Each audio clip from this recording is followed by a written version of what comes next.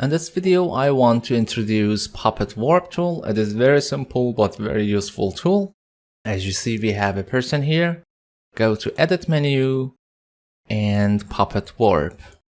Density by default set on normal. We have fewer points. Sometimes you have very large subject and you need less density. Or if you need a smoother result, you could set on more points. Also, you could expand it a bit. Allow me to set on normal just to show you. Simply click any anchor points you need. Click, click, click, click, click, click, and click. Now simply grab any points you need.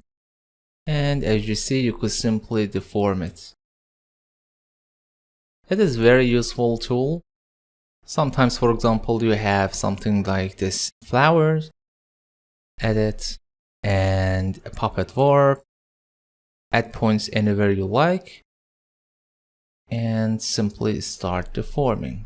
It is very great ideal. Sometimes, for example, you have an object a bit bended and you need to make it straight, or opposite, you have straight object and you need to make it bended. By adding density, you could make it smoother, you see, and even you could use this tool for making road bend or any other subjects, plants, humans, or even shadows.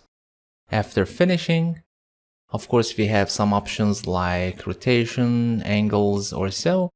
Just simply press commit to confirm your changes before and after. I copied this preview Dreams Times image from the website. Allow me to first expand the document. For example, I want to make it a bit bended.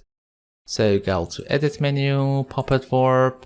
I click one here to make these sides fixed. And one more here. Now start grabbing point. If it is getting so breaking, increase density. You see it is getting more deformed but more smoother. And some cases you need fewer points and make it bended. That's it. Thanks for watching.